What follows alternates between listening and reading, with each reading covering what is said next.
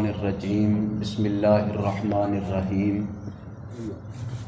ان الدین عند اللہ الاسلام ومن یبتغ غیر الاسلام دینا فلن یقبل منہ وہو فی الآخرۃ من الخاسرین۔ اللہ تعالیٰ کا ارشاد گرامی ہے، اللہ کے نزدیک مقبول دین صرف اسلام ہے۔ جو کوئی شخص اسلام کے علاوہ کسی اور دین کو اختیار کرے گا وہ اس سے قبول نہیں کیا جائے گا، آخرت میں گھاٹا پانے والوں میں سے ہو جائے گا۔ حضرات گرامی، یہ ہماری خوش نصیبی ہے کہ اللہ تبارک و تعالیٰ نے ہمیں دین اسلام کی نعمت سے نوازا۔ یہ بہت بڑی نعمت ہے۔ اس نعمت کا شکر ادا کرنے کے لیے ہم اللہ تعالیٰ کے سامنے جتنی بھی تعریف کریں، تحمید کریں، اس کی تقدیس کریں کم ہے، جتنا بھی اس کا شکر ادا کریں کم ہے۔ دین اسلام کیا چیز ہے؟ دین اللہ کی پابندیوں کا نام ہے۔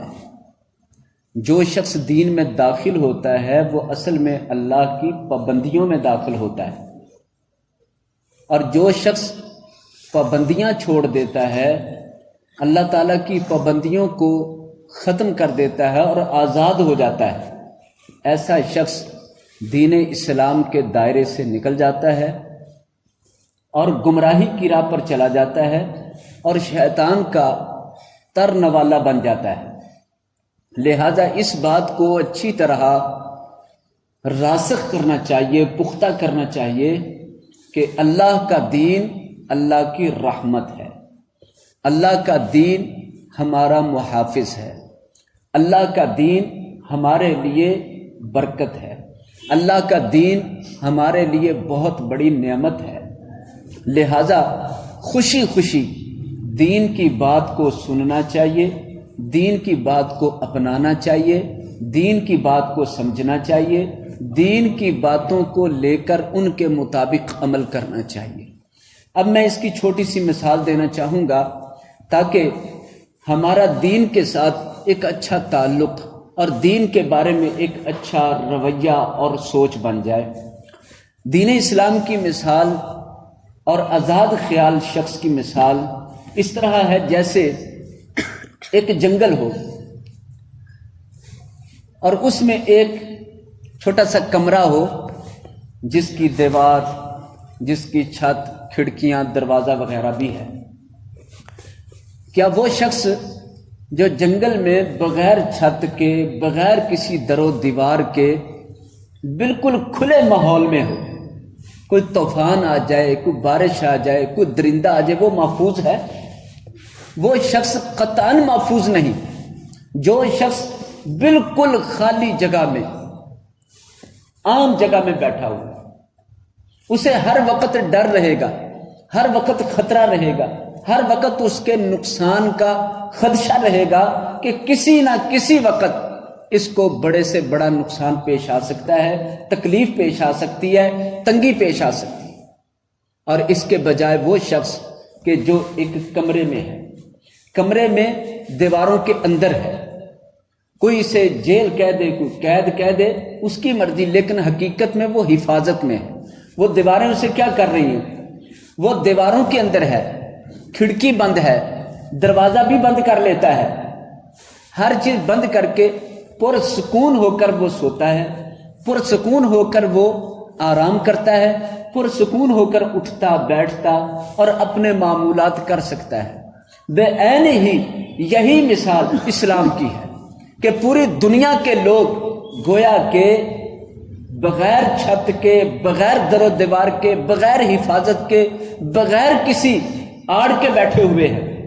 شیطان کا کوئی فتنہ ہو، شیطان کا کوئی وار ہو، شیطان کا کوئی حملہ ہو، وہ اس سے بچ نہیں سکتے، وہ اس کی زد میں آ جاتے ہیں اور وہ اپنے آپ کو ضائع کرتے ہیں۔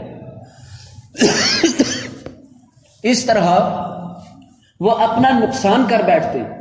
لیکن جو اسلام کی چار دیواری میں آ جائے، اسلام کی پابندی میں آ جائے، اسلام کے دائرے میں آ جائے، اور پھر جب کوئی خطرہ محسوس کرے تو وہ اپنی کھڑکیاں بھی بند کر لے، دروازے بھی بند کر کے اس حفاظت کے اندر، اس حصار کے اندر، اس دائرے کے اندر اچھی طرح مضبوطی سے بند ہو جائے، تو وہ ہر طرح کے درندے سے، ہر طرح کے خطرے سے محفوظ ہو جائے گا۔ میرے دوستو بھائیوں، بالکل اسی طرح دین اسلام اپنی دیواروں کے اور اپنے چھت کے ساتھ، اپنے دروازے کے ساتھ ہماری حفاظت کرتا ہے۔ دین محافظ ہے شیطان سے، شیطان کے جو ایجنٹ ہیں، کافر ہیں، مشرک ہیں، جو مسلمانوں کے دشمن ہیں، ان سے بچاتا ہے۔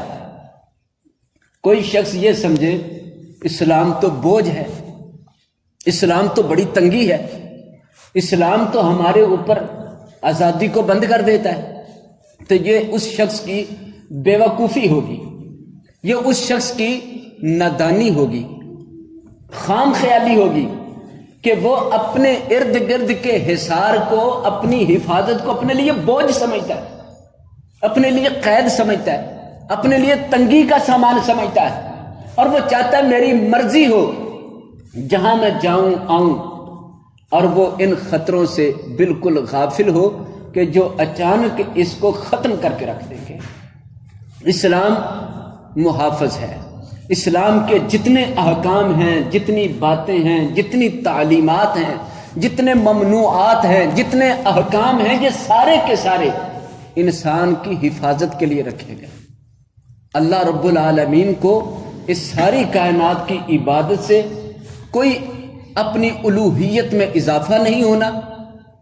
سب لوگ اس کی عبادت اور فرما برداری چھوڑ کر بہت بڑے سرکش بن جائیں تو اللہ تعالیٰ کے بادشاہی میں، اللہ کی الوہیت میں، اس کی خدائی میں ایک ذرہ جتنی کمی نہیں ہو جاتی۔ اللہ تعالیٰ کے لیے کسی طرح کا کوئی نفع نقصان پیش آنے والا نہیں ہے۔ یہ جتنا کچھ دیا گیا ہے، یہ نظام زندگی، یہ طرز عمل، یہ رستہ، یہ سارا ہمیں دیا گیا ہے، یہ ہدایات ہمیں دی گئی ہیں، لہذا یہ ہدایات تو رحمت بن کے آئی۔ اب ہم دیکھتے ہیں کہ ایک گھر ہو تو اس گھر کے اندر کوئی بچہ ہو، اگر وہ غلط کام کرے یا غلط چیز استعمال کرے یا غلط طریقہ استعمال کرے تو بڑے منع کر دیتے ہیں، روک دیتے ہیں، ڈانٹ دیتے ہیں۔ اب کوئی یہ کہے کہ یہ روک ٹوک کیوں ہے، ڈانٹ ڈپٹ کیوں ہے، یہ ناراضگی کیوں ہے؟ جو مرضی میں کرنے دو میرے بھائی، اس کی عقل اتنی نہیں، اس بچے کی سمجھ اتنی نہیں کہ جو اس کے من میں آئے، جو اس کے جی میں آئے کرے۔ تو کیا جو انسان اس دنیا میں آیا ہے اس کی سمجھ اتنی کامل ہے کہ جس رب نے یہ کائنات بنائی ہے وہ اس کائنات کے اندر اپنی مرضی سے جو کرے تو وہ کامیاب ہو جائے گا یا وہ درست ہو جائے گا، وہ صحیح کر رہا ہوگا؟ اگر لوگوں کو ان کی مرضی پر چھوڑ دیا جاتا تو آپ یقین مانیں اس دنیا کے اندر فساد ہو جاتا، بربادی آ جاتی، ختم ہو جاتی۔ اس لیے کہ انسان کے اندر اتنا بڑا ظلم و ستم کا مادہ موجود ہے کہ جو لوگ ایمان نہیں لائے وہ انتہائی بے رحم ہو کر دوسروں کا مال چھینتے ہیں، جان ضائع کرتے ہیں، حملے کرتے ہیں، اور کس حد تک پہنچ جاتے ہیں۔ یہ تو خوف خدا ہے، آخرت کے دن کا حساب ہے جو انسان کو روک لیتا ہے، انسان کو درست کر کے رکھتا ہے، اس کو سیدھی راہ پر رکھتا ہے۔ دین رحمت ہے۔ آج دنیا نے اسے زحمت سمجھ لیا ہے، دنیا نے اسے بوجھ سمجھ لیا، دنیا نے اسے پابندی سمجھ لی، دنیا نے اسے قید سمجھ لیا، دنیا نے ظلم سمجھ لیا ہے کہ ہمارے اوپر جبر ہو گیا، ہمارے اوپر ظلم ہو گیا۔ عورتیں کہتی ہم لباس پہنے نہ پہنے، آدھا پہنے پورا پہنے، ہم پردہ کریں یا نہ کریں یہ ہماری مرضی، وہ نہیں جانتی یہ مرضی، یہ آزادی، یہ دین نہیں ہے۔ دین نام ہے مرضی ختم کر کے اللہ اور اس کے رسول کی مرضی کے ماتحت ہو جانا۔ اور جب کوئی شخص اللہ اور اس کے رسول کی مرضی کے ماتحت نہیں بنتا اور وہ اپنی مرضی کرے تو وہ پھر اللہ کے دین میں بھی نہیں رہتا۔ اسی لیے تو رحمت عالم صلی اللہ علیہ وسلم نے کئی معاملات پر فرمایا جس شخص نے یہ کام کیا وہ ہم میں سے نہیں، جس نے وہ کام کیا وہ ہم میں سے نہیں۔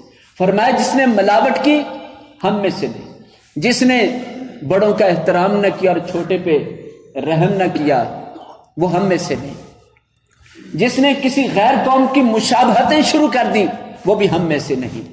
آپ صلی اللہ علیہ وسلم نے یہ اسی لیے فرمایا کہ من مرضی کا بندہ، موج مرضی کا بندہ، آزاد خیال، اپنے دل کو بھی آزاد چھوڑا ہے، اپنے دماغ کو بھی آزاد چھوڑا ہے، اپنی سوچوں کو بھی آزاد چھوڑا ہے، ایسا شخص ضرور گمراہ ہوگا، ایسا شخص ضرور ایک دن شیطان کا لقمہ بن جائے گا، شیطان کے قابو میں آ جائے گا، شیطان کے جال میں پھنس جائے گا۔ نبی رحمت صلی اللہ علیہ وسلم کی ایک حدیث شریف ہے، آپ صلی اللہ علیہ وسلم نے فرمایا اپنی جماعت کے ساتھ مل کر رہا کرو۔ جماعت سے مراد مل کر مسلمان اپنی عبادات، اپنے دین کے کاموں میں رہا کریں۔ اگر الگ الگ رہیں گے تو نقصان ہوگا۔ آپ صلی اللہ علیہ وسلم نے فرمایا ید اللہ علی الجماع، جماعت پر اللہ کا ہاتھ ہے، اللہ کی مدد ہے کہ مل کر جماعت بن کر جن کاموں کو کیا جائے۔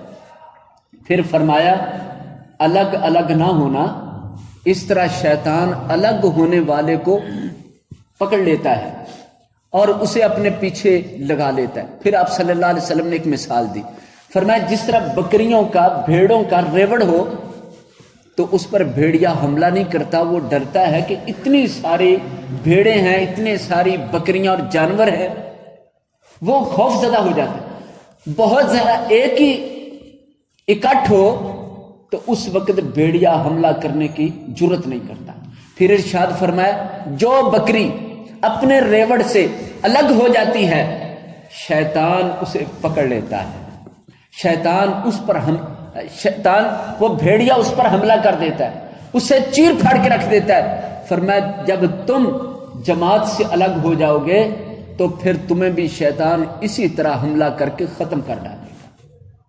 لہذا انسان اگر چاہتا ہے میں ہدایت پر رہوں، اگر چاہتا ہے میں اسلام کو فالو کر سکوں، اسلام پر آسانی سے عمل کر سکوں، اسے چاہیے وہ اکیلے کی زندگی کی بجائے وہ ایسی جماعت کے ساتھ ملے، ایسے لوگوں کو دوست بنائے، ایسے لوگوں میں بیٹھا کرے، ایسے لوگوں سے محبت کیا کرے، ایسے لوگوں کے ساتھ باتیں کیا کرے کہ جن کے پاس بیٹھنے سے ایمان میں تازگی آتی ہو، جن کے ساتھ بیٹھنے سے اپنے دل کا بوجھ اور دکھ درد ہلکے ہوتے ہوں، جن کے ساتھ بیٹھنے سے اللہ کی یاد تازہ ہوتی ہو، جن کے ساتھ بیٹھنے سے دین پر چلنے کا کام آسان ہوتا ہو، اسے چاہیے کہ ایسے ساتھی بنا کر، ایسی مجلس بنا کر، ایسے لوگ دوست بنا کر ان کے ساتھ مل جایا کر۔ ہمارے آج کے درس کا پہلا حصہ یہ تھا کہ دین اسلام رحمت ہے، دین اسلام حفاظت ہے، انسان کے لیے پناہ گاہ ہے، ورنہ انسان غیر محفوظ ہے۔ دوسری بات جو مختصر عرض کریں گے وہ یہ ہے کہ دین کے نام پر ہی، دین کی بنیاد پر ہی ہمیں ایک دوسرے سے تعلق بنانا چاہیے، ایک دوسرے کے ساتھ تعلق جوڑنا چاہیے۔ اس کی بہت زیادہ فضیلت ہے۔ رسول پاک صلی اللہ علیہ وسلم فرماتے ہیں جو لوگ آپس میں، دو لوگ دین کی بنیاد پر محبت کریں، اس محبت کا مطلب یہ ہے ایک دوسرے کے ساتھ الفت کرنا، نرمی سے گفتگو کرنا، ایک دوسرے کی غلطی کو برداشت کرنا، ایک دوسرے کی زیادتی کو صرف اس لیے برداشت کرنا کہ یہ میرا اسلام میں، دین میں بھائی ہے۔ اب دینی لحاظ سے جس کو بھائی بنایا، جس کے ساتھ محبت کی، صرف دین کی محبت، پھر اس کی طرف سے کمی، کوتاہی، لغزش، اسے درگزر کرنا، نرمی کرنا، اس کے ساتھ اچھا پیش آنا اور دوستی مضبوط بنا کے رکھنا۔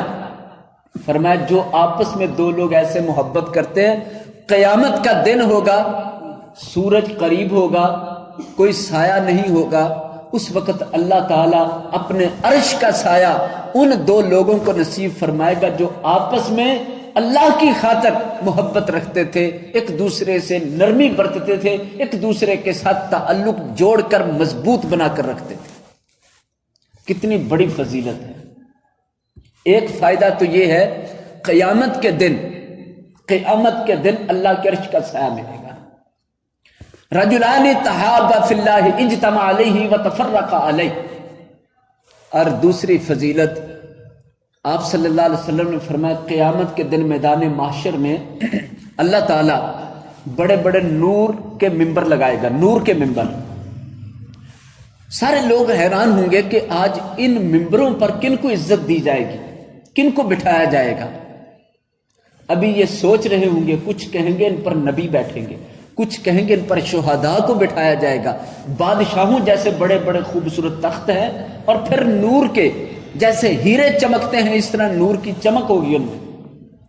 کوئی کہیں گے کہ جو بہت زیادہ نیک ہے وہ لوگ بیٹھیں گے، مختلف باتیں ہوں گی۔ اتنے میں اللہ تعالیٰ اعلان فرمائیں گے وہ دو لوگ جو آپس میں ایک دوسرے سے تعلق دین کی بنیاد پر رکھتے تھے، اللہ کے لیے محبت، اللہ کے لیے بغض اور نفرت بنا کے رکھتے تھے، اللہ کی خاطر ایک دوسرے کے قریب ہوتے تھے، ان لوگوں کو ان ممبروں پر بیٹھا دو۔ یہ کوئی تھوڑی اور معمولی سی فضیلت نہیں ہے۔ ہمارا مسجد میں بیٹھنا، دین کی بات کے لیے بیٹھنا، اور اسی طرح ایک دوسرے سے دین کی بنیاد پر تعلق بنانا، دین کی بنیاد پر کسی کو سلام کرنا، دین کی بنیاد پر کسی کو تحفہ دینا، دین کی بنیاد پر کسی کو بیٹھنے کی جگہ دینا، دین کی بنیاد پر کسی کے ساتھ مسکرا کے مل لینا، یاد رکھیں یہ معمولی عمل نہیں ہے، یہ تو وہ دل کے ایمان کی کیفیتیں ہیں جس پر نبی کریم صلی اللہ علیہ وسلم کا فرمان ابو داؤد شریف میں ہے، من احب للہ وابغض للہ واعطى للہ ومنع للہ فقد استکمل الایمان۔ جس شخص نے اللہ کے لیے محبت کی، اللہ کے لیے نفرت کی، اللہ کے لیے کسی کو کچھ عطا کیا، اللہ کے لیے عطا کرنے سے ہاتھ روکا، فقد استکمل الایمان، اس شخص نے اپنے ایمان کو مکمل کر لیا ہے۔ آج کی ہماری نشست بہت زیادہ فضائل ہیں ایک دوسرے کے ساتھ تعلق مضبوط کرنے، تعلق بنانے میں دین کی بنیاد پر، تو فضائل بہت زیادہ ہیں، لیکن میں انہی باتوں پر اکتفا کرتا ہوں۔